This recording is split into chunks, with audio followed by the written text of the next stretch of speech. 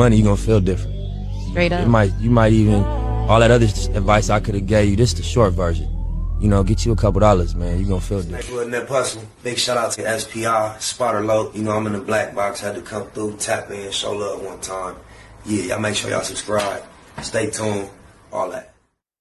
I ain't gonna lie. As soon as I seen this title, Daz, I tried to fight Kurupt on the Art of the Dialogue.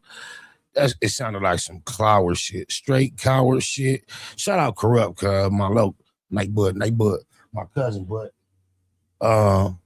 anybody that has any idea about body size, weight, and frame, bro, saying that you wanted to fight Kurupt, you don't get no points. If Kurupt, so I'm gonna give this disclaimer to give Daz the benefit of the doubt. Unless this story includes just some blatant disrespect where anybody would want to fight anybody if they did this, you don't get no points for trying to tell somebody you want to fight Kurupt. If you wanted to fight him and y'all didn't fight, is he finna try to insinuate Kurupt turned it down? I'm just saying, man, with no further ado, though, we're going to see what Daz say they've been up to.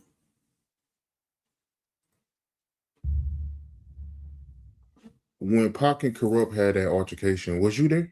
It was really more verbally. It wasn't no altercation. It was just, it started off like this. We out in Cabo. We had this big ass round table, fire and shit. We smoking and, you know, having a good time. And then Kurupt got a bottle of Hennessy and he hitting it on the back of the chair. And Tupac just like, cut that out, nigga. And then Kurupt must have been drunk and said something smart to him. And then he like, man, you can go upstairs, nigga. And then everybody from the dog pound looked like, what? And then they said, I don't think we all can be friends if we gonna fight. And then I got up and said, you know, because Kurupt my boy, and at the time I was like, I'll take the fade, you know, because, you know, Kurupt little. So, you know, and then Suge step in and, you know, do all that. Hey, Kurupt little. But everything was cool after that, you know what I'm saying? It was a misunderstanding, you know what I'm saying? But you see, we were still doing records after that. As soon as we got back, we did Just Shopping. That song, Just Shopping. Nah, by the Dramatics. I produced that song, you know what I'm saying? As soon as we got off the plane, we go straight to the studio. We drop at least 4 or 5 songs, you know what I'm saying? So I don't really think it was a misunderstanding to say, you're just a part of, that's just what happened. It was a lot of ass whooping. We wasn't getting our ass whooped. We just seen a lot of people getting their ass whooped trying to get in the circle. You know what I'm saying? Like they had a dude that rapped and he was rapping some type of shit, like some MC shit, and they slapped the shit out of him. Next thing I know, he was jumping out of the 6'4" with his hand on his gun and all that shit, you know, that type of shit just to get put on. Death Row was like some hip hop history, like getting put on like Ruthless Records and Eazy-E, you know what I'm saying? It was that exciting, the rap game, to be in it, you know? That phone call of you going off on Eazy, how did it get to that point? We was young, you know what I'm saying? Tripping out, you know, just being young niggas. And we called to the radio and you know, as I look at DOC was with us and Miss LA was with us. And so, you know, we was just showing out on the radio, you know what I'm saying? He was like, have you ever seen $1 million? And I'm like, no. So, you know, rest in peace to Eazy-E, man. You know, as I look at it now, it wasn't even our fight, you know what I'm saying? So, you know, all respect due to Eazy-E. I mean, with the kids, with Lil Easy and the sisters, you know what I'm saying? So, you know, everything's changed for us as we got older, you know what I'm saying? From BG Knockout to Bone Thugs and Harmony, you know what I'm saying? We the Thug Pound and, you know what I'm saying? We match for a cause and, you know what I'm saying? Everything changed. Who's the reason behind Pac coming to Death Row from your point of view? My point of view, Snoop Dogg and me. Snoop Dogg and me, you know what I'm saying? Because we had a relationship with him. And when Tupac came to Death Row, I did this song called Hard on the N, which was on the Gridlock soundtrack. Was supposed to be for Murder Was the Case. That was back in 93, 94. We didn't use the song till 97, 98. So he was like, Dad, I got to get paid for this song. And I said, hold on. Picked up the phone, called Suge. He got paid like $30-something thousand. He like, this the most I ever got paid for a song. And I'm like, damn, we ain't even used this motherfucker. So that was that part. I heard you say that when Pac, when he first came to Death Row, you gave him a warning about gangbanging. Yeah, he got out of jail. We went to Monty's, ate some lobster and Cristal and had a real good time. And then we like Monty's, that was still Suge's spot when I got around. They opened that motherfucker up for Suge even when it was closed. I had a piano on that motherfucker. Danny Boy would go in there, play the piano middle of the night. Big filet mignons, big ass baked potatoes. Biggest baked potatoes I ever seen back then, like size of a football. Like we go into the studio, and that's when we made Ambitions of a Rider. Now, Ambitions of a Rider made the tempo for All Eyes on Me. Anything after that got to be higher. You know what I'm saying? The attitude when he first got out, and you know what I'm saying? And I got him to the side because I seen what Death Row was doing.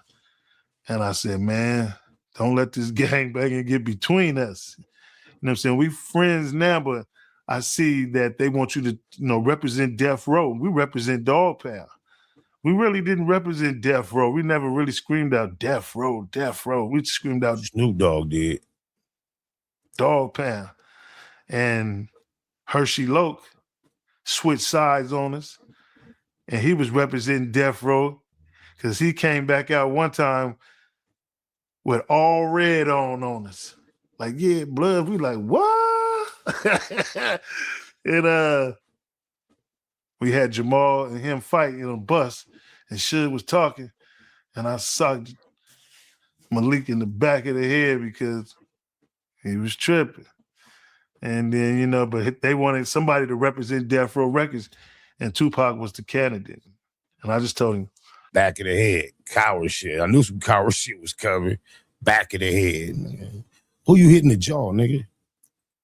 Man, don't let this gangbanging get between us. You know what I mean? Because I see what they doing. They want you to represent MOB.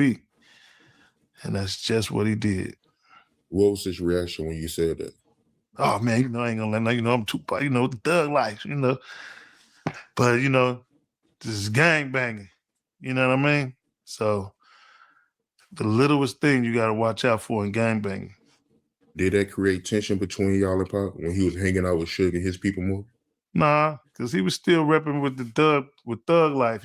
All them was from 40s, Inglewood. You know what I'm saying? They was Crips. So,